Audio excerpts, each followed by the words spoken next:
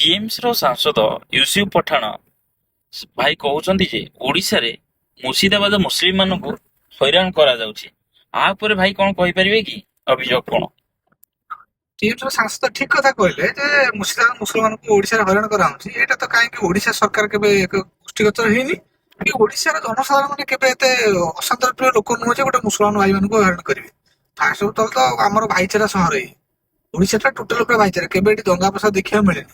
ଦ୍ୱିତୀୟ କଥା, ଯେତେବେଳେ ଟିଏମସିର ସାଂସଦ ଏ କଥା କହିଲେ ତାଙ୍କ ବିବେକକୁ ଆଘାତ ଲାଗିବା କଥା। ଯେତେବେଳେ ମୁର୍ଶିଦାବାଦରେ ଗୋଟେ ପରିବାରକୁ ସ୍ୱତନ୍ତ୍ର ଗୋଟେ ହିନ୍ଦୁ ପରିବାରକୁ ମରାଗଲା, ତା ଉପରେ ଯେତେବେଳେ ସେ ଟିପ୍ପଣୀ ରଖିପାରିଲେନି, ଗୋଟେ ଟ୍ୱିଟ୍ କରିପାରିଲେନି, ସେଟା ସରକାରକୁ ସେ ପ୍ରଶ୍ନ କରିପାରିଲେନି।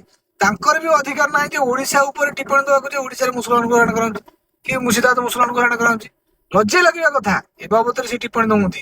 ସିଏ ଚାହୁଁନ୍ତି କି ଓଡିଶାରେ ଗୋଟେ ହିନ୍ଦୁ ମୁସଲମାନ ଦଙ୍ଗା ହଉ, ଯେ ଓଡିଶାରେ ମୁସଲମାନ ମାନେ ଭାଇଙ୍କୁ ମାନେ ଉସ୍କାଉଛନ୍ତି। ଏଇ ଟାଇପର ଘଟଣାରୁ ମାନେ ଟିଏମସିର ସାଂସଦ ୟୁସୁଫ ପଠାଣ ମହୋଦୟ ଟିକେ ନିର୍ବୁତ ରହିବା ଦରକାର। ଏ ମାନସିକତା ଚେଞ୍ଜ କରିବା ଦରକାର।